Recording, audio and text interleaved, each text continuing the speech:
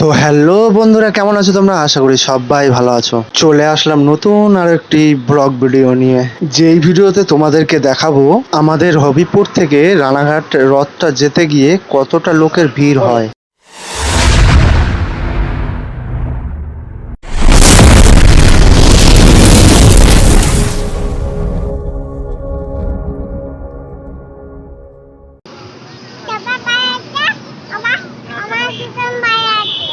আমরা দুজন ভালো আছি, তোমরা সবাই ভালো আছো?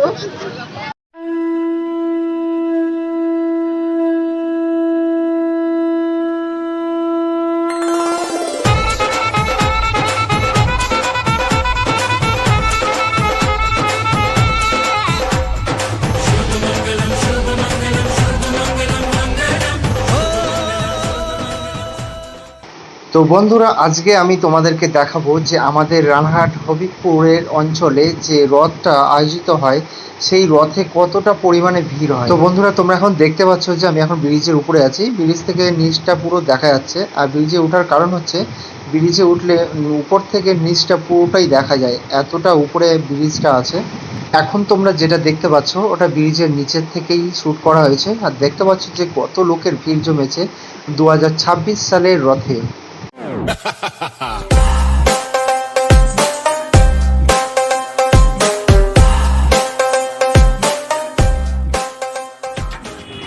তো বন্ধুরা, তোমরা এখন যাকে দেখতে পাচ্ছ সে হচ্ছে আমার ভাইয়ের মেয়ে, মানে আমার ছোট্ট মা। সেই রাস্তা থেকে আসার সময় দেখছিল যে সবাই ভিডিও করছে, তার জন্য সে বায়না করলো যে আমিও ভিডিও করব। তার জন্য আমি আমার ফোনটা তার হাতে তুলে দিলাম, আর সে দেখো কিভাবে ভিডিও করতে করতে যাচ্ছে। কার ভিডিও করছো? কার ভিডিও করছো তুমি? তোমার ভিডিও করছি। সো তারপরে দেখো ব্রিজের উপরে যে এত পরিমাণে ভিড় জমেছে, আমি ভাবতে পারছি না যে এতটা ভিড় হবে 2026 সালের রথে। তোমাদের ওখানকার রথে কতটা ভিড় হয় অবশ্যই কিন্তু কমেন্ট করে জানিও আমাকে। আর আমাদের এখানকার রথটা একটু দেরি করেই বেরিয়েছিল, যার জন্য একটু সন্ধ্যা সন্ধ্যা হয়ে গেছিল। আর মোবাইলের ক্যামেরা খারাপ থাকার কারণে আমি তোমাদেরকে পুরোপুরি স্পষ্টভাবে দেখাতে পারলাম না যে কতটা সুন্দর লাগছে আর কত লোক যে এখানে এসছে, তোমাদের ভাবনা চিন্তার বাইরে। তোমরা শুধু একবার দেখো যে কত লোকের ভিড় জমেছে এই রথের উৎসবে।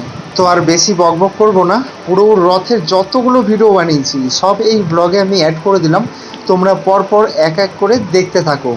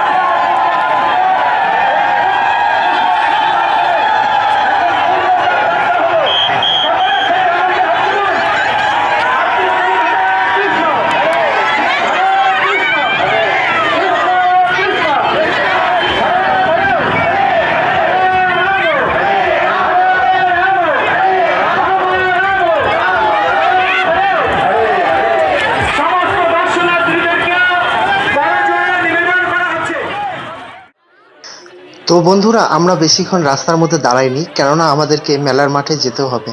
তার জন্য আমরা তাড়াতাড়ি করে মেলার মাঠে চলে আসলাম। আর প্যান্ডেলটা দেখো, মাঠের মাঝখানে এত সুন্দরভাবে প্যান্ডেলটা করেছে, মানে কি বলবো বন্ধুরা, তোমরা যদি কাছে এসে দেখতে তাহলে তোমাদের ভালো লাগতো।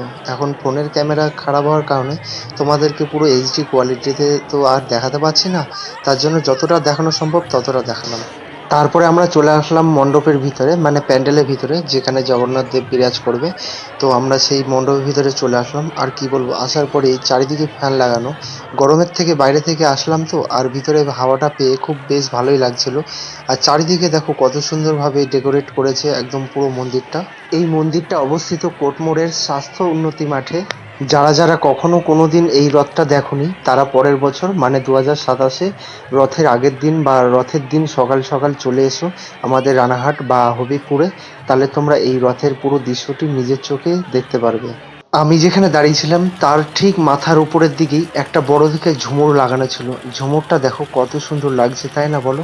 ফোনের মধ্যে যতটা সুন্দর লাগছে তার থেকে বেশি সুন্দর সামনে লাগছিল।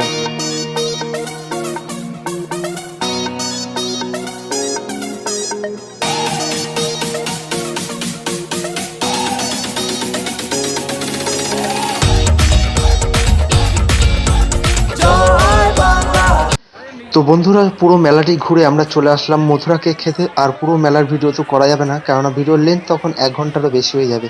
তো আজকে আমার ভিডিও আমি এখানেই শেষ করছি। দেখা হচ্ছে পরের ভিডিওতে। ততক্ষণ তোমরা ভালো থেকো, সুস্থ থেকো।